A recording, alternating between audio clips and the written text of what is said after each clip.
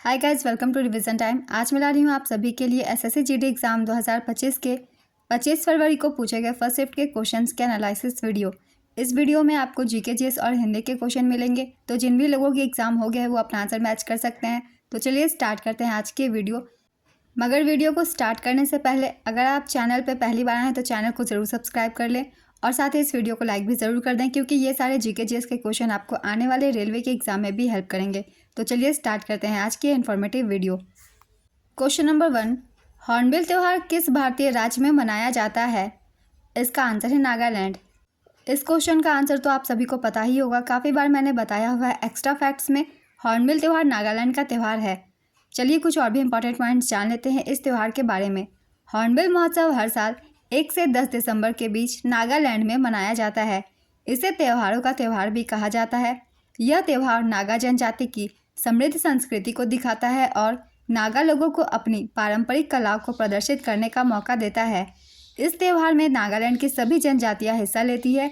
इस त्यौहार का नाम हॉर्नबिल पक्षी के नाम पर रखा गया है। यह त्यौहार नागालैंड सरकार आयोजित करती है। पहला हॉर्नबिल महोत्सव साल 2000 में मनाया गया था। नागालैंड की अंगामी जनजाति भी फरवरी में सेक्रेनी महोत्सव मनाती है। यह अंगामी जनजाति का सबसे बड़ा त्यौहार है। यह दावत और गायन के साथ शुद्धिकरण का उत्सव भी है। तो हॉर्नबिल महोत्सव और सेक्रेनी महोत्सव, ये दोनों ही महोत्सव नागालैंड के महोत्सव है। सेक्रेनी महोत्सव अंगामी जनजाति लोगों के द्वारा मनाया जाता है। चलिए अब दूसरे प्रश्न को देखते हैं। एशियाई महिला हॉकी चैंपियनशिप 2023 का शुभंकर जूही किससे प्रेरणा लेता है? इसका आंसर है हाथी। तो चलिए कुछ इंपॉर्टेंट पॉइंट्स हम जान लेते हैं महिला एशियाई हॉकी चैंपियंस ट्रॉफी 2023 के बारे में। विजेता रही थी भारत। भारत ने दूसरी बार यह खिताब जीता था। उप विजेता रही थी जापान। इसका आयोजन रांची झारखंड में किया गया था और ये भारत में है। और शुभंकर का नाम था जूही। नेक्स्ट क्वेश्चन, 2011 की जनगणना के अनुसार भारत के किस पूर्वोत्तर राज्य का सबसे अधिक साक्षरता दर था? इसका आंसर है मिजोरम। पूर्वोत्तर राज्यों में साक्षरता दर में प्रथम स्थान मिजोरम का था। काफ़ी बार मैंने बताया हुआ है कि पूर्वोत्तर राज्यों में सबसे अधिक साक्षरता दर मिजोरम की रहती है। तो चलिए साक्षरता दर से कुछ इंपॉर्टेंट पॉइंट्स की रिवीजन कर लेते हैं, क्योंकि जनगणना से तो हर एग्जाम में क्वेश्चन बनते ही हैं। पूर्वोत्तर राज्यों में साक्षरता दर में प्रथम स्थान मिजोरम का है। यहाँ की साक्षरता दर है 91.58%। दूसरे स्थान पर है त्रिपुरा। यहाँ की साक्षरता दर है 87.75%। तीसरे स्थान पर है नागालैंड। इसकी साक्षरता दर है 80.11%। चौथे स्थान पर है मणिपुर। इसकी साक्षरता दर है 79.85%। ये सभी पूर्वोत्तर राज्य हैं। इन सभी को आप याद रखिएगा, क्योंकि कभी ऑप्शन में मिजोरम ना हो तो आंसर त्रिपुरा होगा, और अगर त्रिपुरा भी ऑप्शन में ना हो तो इसका आंसर नागालैंड होगा। तो क्रम वाइज याद रखिएगा इन सभी राज्यों को। पाँचवें स्थान पर है मेघालय। यहाँ की साक्षरता दर है 75.48%। छठे स्थान पर है असम। यहाँ की साक्षरता दर है 73.18%। और सातवें स्थान पर है अरुणाचल प्रदेश। यहाँ की साक्षरता दर है 66.95%। तो सारे पूर्वोत्तर राज्य की मैंने साक्षरता दर और इसके क्रम लिख दिए हैं। इन सभी को आप सब अच्छे से याद रखिएगा। और अगर पूर्वोत्तर राज्यों में ना पूछा जाए, सिर्फ पूछा जाए राज्य के बारे में, तो सबसे अधिक साक्षरता दर केरल की है। इसे भी याद रखिएगा। चलिए अब दूसरे प्रश्न को देखते हैं। पद्मा सुब्रमण्यम को वर्ष 2024 में कौन सा अवार्ड से सम्मानित किया गया था? इसका आंसर है पद्म विभूषण। पद्मा सुब्रमण्यम भरतनाट्यम से संबंधित है। इन्हें 1981 में पद्मश्री, 2003 में पद्म भूषण और 1983 में संगीत नाटक अकादमी पुरस्कार से भी सम्मानित किया जा चुका है। नेक्स्ट क्वेश्चन, विश्व व्यापार संगठन का मुख्य कार्य क्या होता है? इसका आंसर है अंतर्राष्ट्रीय व्यापार के लिए नियम तय करना और उन्हें लागू करना। वर्ल्ड ट्रेड ऑर्गेनाइजेशन के नाम से ही आप बता सकते हैं इसका आंसर। इसका मुख्यालय जो है जिनेवा, स्विट्जरलैंड में है। नेक्स्ट क्वेश्चन, तूरा पहाड़ी कहाँ स्थित है? इसका आंसर है गारो हिल्स जिला में। तूरा पहाड़ी भारत के मेघालय राज्य के पश्चिम गारो हिल्स जिले में स्थित है। नेक्स्ट क्वेश्चन, भारत के किसी भी राज्य की विधान परिषद में विधानसभा के सदस्यों की कुल संख्या कितनी हो सकती है? इसका आंसर है 1/3। भारत के किसी भी राज्य की विधान परिषद में विधानसभा के सदस्यों की कुल संख्या का 1/3 से ज़्यादा सदस्य नहीं हो सकता। साथ ही विधान परिषद में सदस्यों की संख्या 40 से कम भी नहीं हो सकती। वर्तमान में 6 राज्यों में विधान परिषद है। इन राज्यों के नाम है उत्तर प्रदेश, बिहार, महाराष्ट्र, तेलंगाना, आंध्र प्रदेश और कर्नाटक। इन 6 राज्यों में विधान परिषद भी है। नेक्स्ट क्वेश्चन, अवायवीय श्वसन में बैक्टीरिया एक प्रक्रिया के माध्यम से इलेक्ट्रॉन छोड़ते हैं तो उसे क्या कहा जाता है? इसका आंसर है इलेक्ट्रॉन ट्रांसफ़र। इतिहास को 3 कालखंडों में किसने विभाजित किया? इसका आंसर है जेम्स मिल।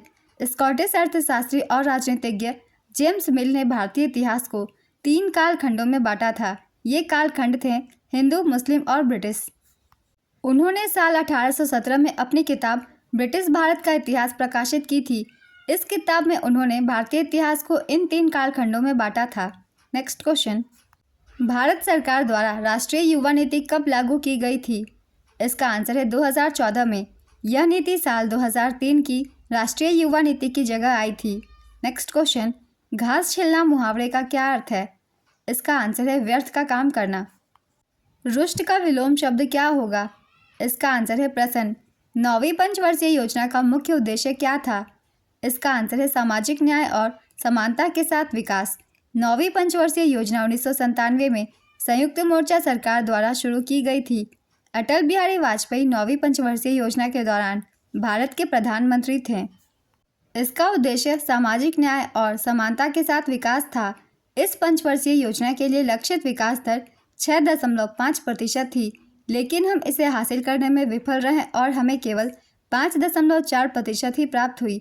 4.2% के लक्ष्य के मुकाबले कृषि उद्योग 2.1% की दर से बढ़ा। देश में औद्योगिक विकास 4.5% था, जो 3% के लक्ष्य से अधिक था। सेवा उद्योग की वृद्धि दर 7.8% थी। ये कुछ इंपॉर्टेंट पॉइंट्स थे 9वीं पंचवर्षीय योजना से संबंधित। नेक्स्ट क्वेश्चन, आंध्र प्रदेश के पूर्व मुख्यमंत्री YS जगनमोहन रेड्डी किस पार्टी से संबंधित है? इसका आंसर है YSR कांग्रेस पार्टी। इसका पूरा नाम है युवाजन श्रमिक रायथू। नेक्स्ट क्वेश्चन, कृष्ण भक्ति व कृष्ण रासलीला से संबंधित कौन सा शास्त्रीय नृत्य है? इसका आंसर है कथक।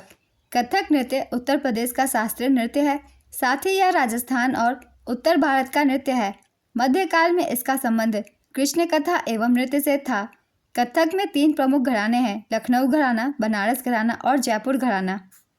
नेक्स्ट क्वेश्चन, दिल्ली में अंतर्राष्ट्रीय सौर गठबंधन 2024 सभा का उद्घाटन किसने किया था?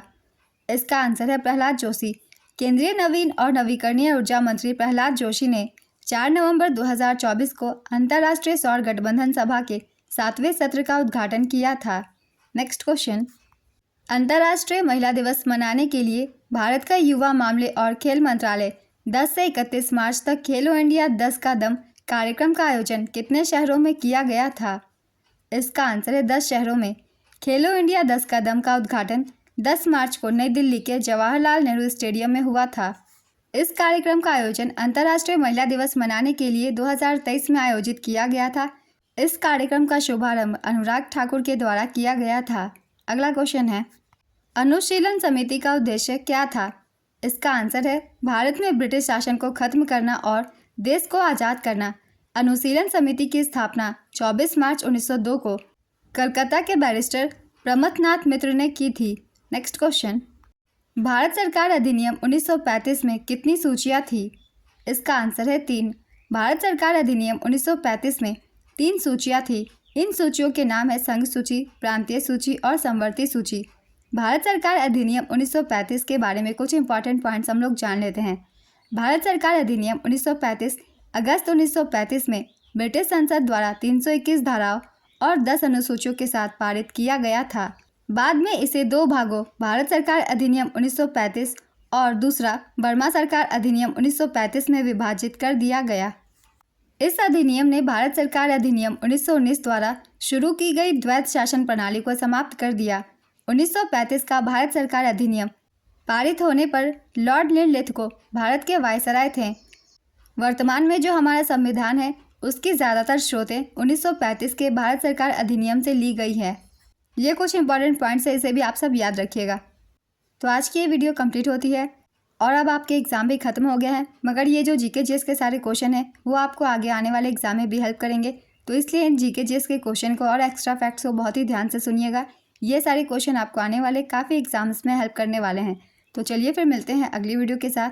इस तरीके की वीडियो के लिए चैनल को ज़रूर सब्सक्राइब कर लीजिए और साथ ही इस वीडियो को लाइक भी ज़रूर कर दीजिएगा। इस तरीके की एनालिसिस वीडियो आपको आने वाले हर एग्ज़ाम के लिए मिलते रहेंगे, वो भी आपके बहुत कम समय में। तो फिर मिलते हैं अगली वीडियो के साथ। आप सभी को आने वाले एग्ज़ाम्स के लिए ऑल द बेस्ट।